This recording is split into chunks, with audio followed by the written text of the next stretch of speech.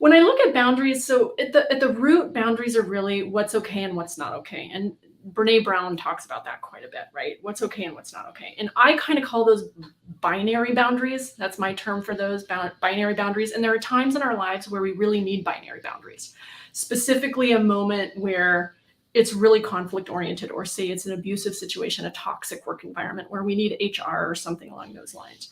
That's a moment we need a very quick binary boundary. And if we don't know how to set that, we need to get professional support.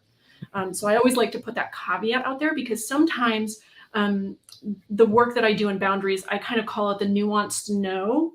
A lot of times in the space specifically of burnout, overwhelm, overwork, there's kind of a lot of mindset stuff that needs to be unpacked oftentimes around boundaries before we can even get to that very binary yes, no.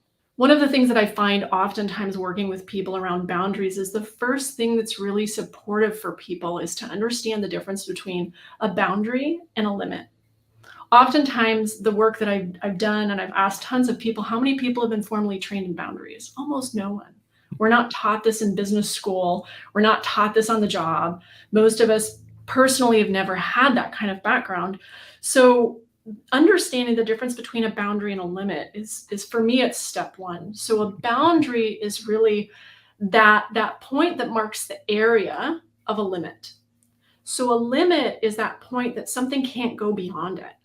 And the important thing to recognize about limits is we all have them, whether it's a physical limit, a mental limit, an emotional limit. There's tons of limits out there.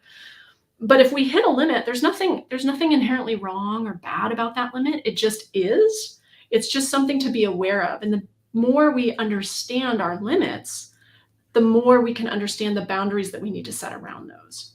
So I find that those two pieces are really important to understand, the difference between a limit versus a boundary. And that's kind of step one of definitions.